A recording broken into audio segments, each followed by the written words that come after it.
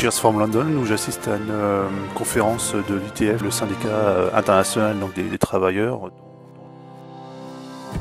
L'ITF possède un bâtiment imposant à Londres qui a été donné par sa section maritime et donc est en contact avec l'OACI, avec Kenso au niveau mondial, donc c'est quand même une grosse organisation.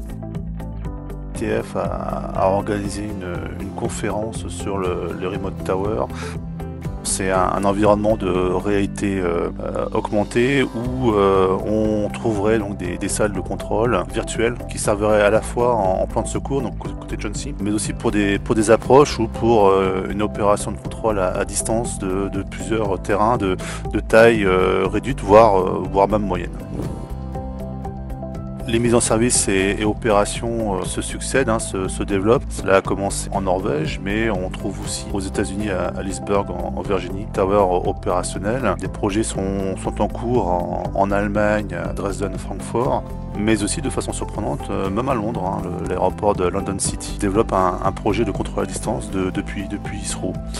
La France également est en train d'étudier des solutions donc de contrôle à distance à la pour Roissy, mais aussi en termes de plans de secours. Quelques enseignements donc, de cette première journée de conférence sur les Remote Tower. Une surprise de taille, d'après les Suédois, finalement, la première implémentation donc, de Remote Tower coûte très cher et finalement n'est pas si économique que ça. Autre enseignement, du point de vue cybersécurité, les Suédois ont annoncé avoir effectué des tests par leurs services spécialisés. C'est rassurant, mais il n'empêche que contrairement à tout ce qui est safety management, il n'y a pas de cadre actuel qui réglemente cet aspect cybersécurité et robustesse.